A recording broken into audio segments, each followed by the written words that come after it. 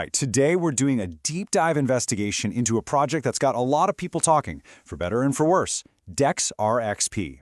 Our mission here is pretty simple. We're going to cut through all the noise, all the hype, all the speculation, and just focus on the facts we can actually verify.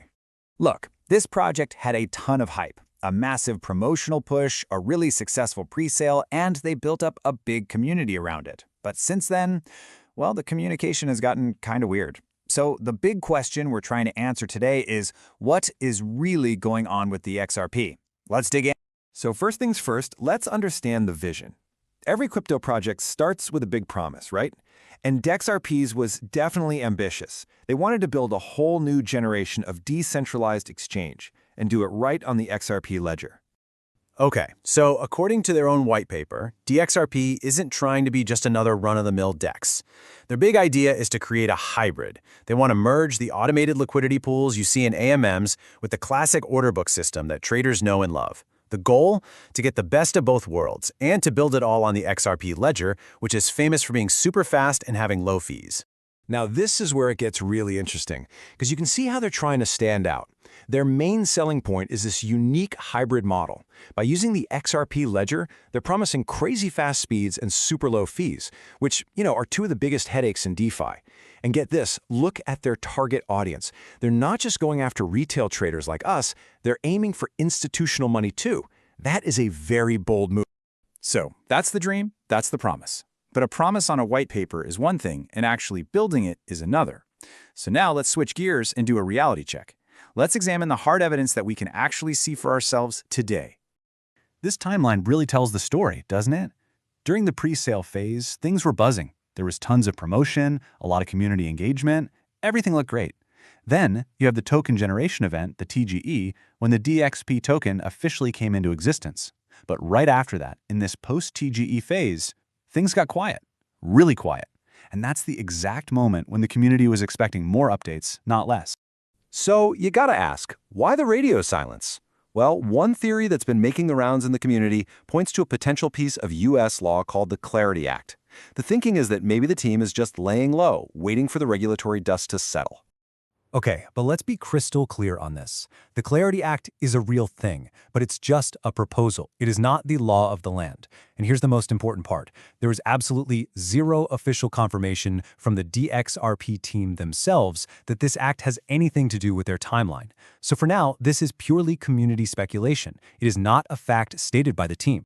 And this brings us right to the core of the issue. It feels like a tale of two different channels. On one hand, you check the official development hubs, like GitHub, where the code should be, and crickets. There's no recent public activity we can find.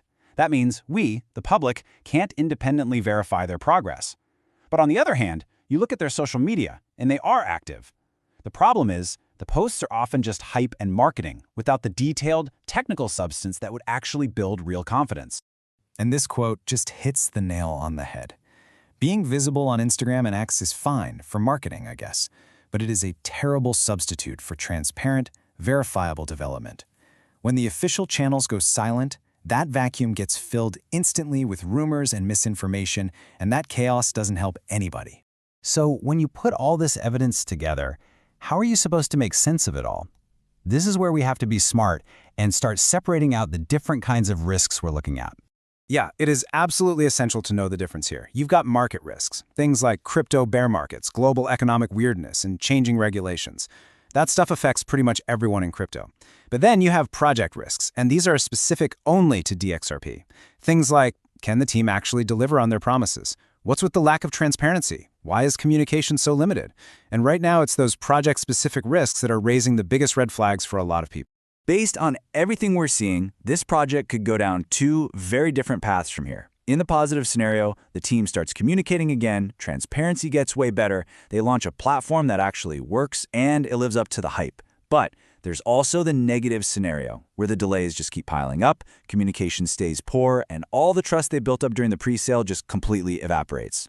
It all comes down to execution and transparency. With all this uncertainty flying around, it's more important than ever to be your own detective and rely on your own critical thinking. So, let's arm you with a simple toolkit to help you stay informed and cut through the noise. Think of this as your personal checklist. First, always go back to the original source. Read the official white paper. Second, be super skeptical of information you see coming from random, unverified social media accounts. Third, actively compare the rumors you hear with publicly available facts, like the fact that there's no recent activity on their GitHub. And finally, remember that as a community member, you have every right to demand transparency and verifiable progress. You know, ultimately, this whole situation brings us to a much bigger question, one that applies to any new cutting-edge project, not just DXRP. Innovation and risk, they go hand in hand. The potential for a huge reward almost always comes with a high degree of uncertainty. So the question we want to leave you with is this. Based on the evidence, where do you personally draw the line between a calculated risk and a blind leap of faith?